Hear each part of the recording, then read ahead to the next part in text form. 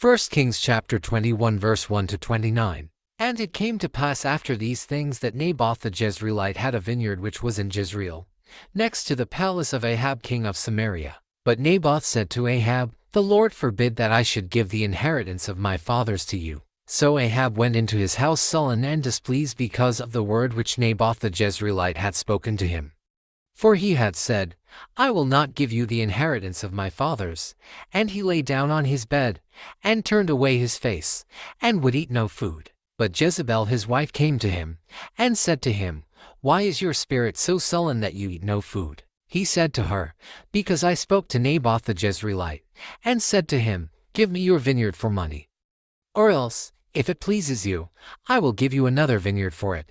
And he answered, 'I will not give you my vineyard.' Then Jezebel his wife said to him, 'You now exercise authority over Israel. Arise, eat food, and let your heart be cheerful. I will give you the vineyard of Naboth the Jezreelite.' And she wrote letters in Ahab's name, sealed them with his seal, and sent the letters to the elders and the nobles who were dwelling in the city with Naboth. She wrote in the letters, saying, 'Proclaim a fast, and seat Naboth with high honor among the people. And seat to men, scoundrels, before him to bear witness against him, saying, You have blasphemed God and the king.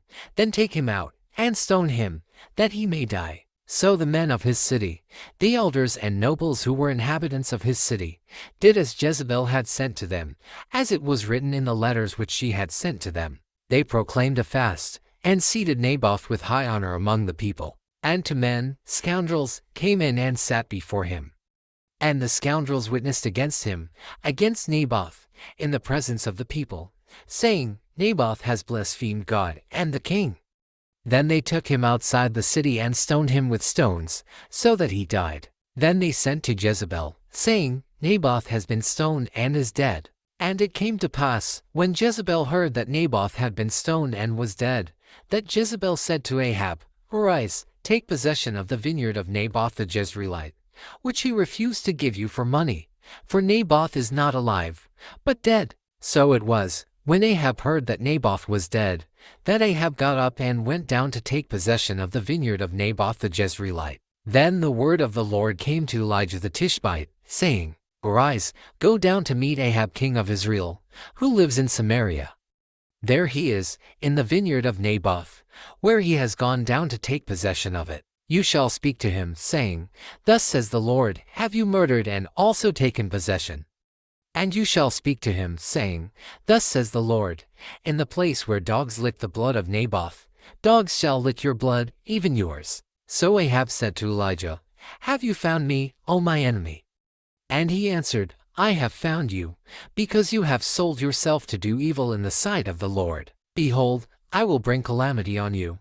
I will take away your posterity, and will cut off from Ahab every male in Israel, both bond and free. I will make your house like the house of Jeroboam the son of Nebat, and like the house of Baasha the son of Ahijah, because of the provocation with which you have provoked me to anger, and made Israel sin.' And concerning Jezebel the Lord also spoke, saying, 'The dogs shall eat Jezebel by the wall of Jezreel. The dogs shall eat whoever belongs to Ahab and dies in the city, and the birds of the air shall eat whoever dies in the field.' But there was no one like Ahab who sold himself to do wickedness in the sight of the Lord, because Jezebel his wife stirred him up. And he behaved very abominably in following idols, according to all that the Amorites had done, whom the Lord had cast out before the children of Israel. See how Ahab has humbled himself before me. Because he has humbled himself before me, I will not bring the calamity in his days. In the days of his son, I will bring the calamity on his house.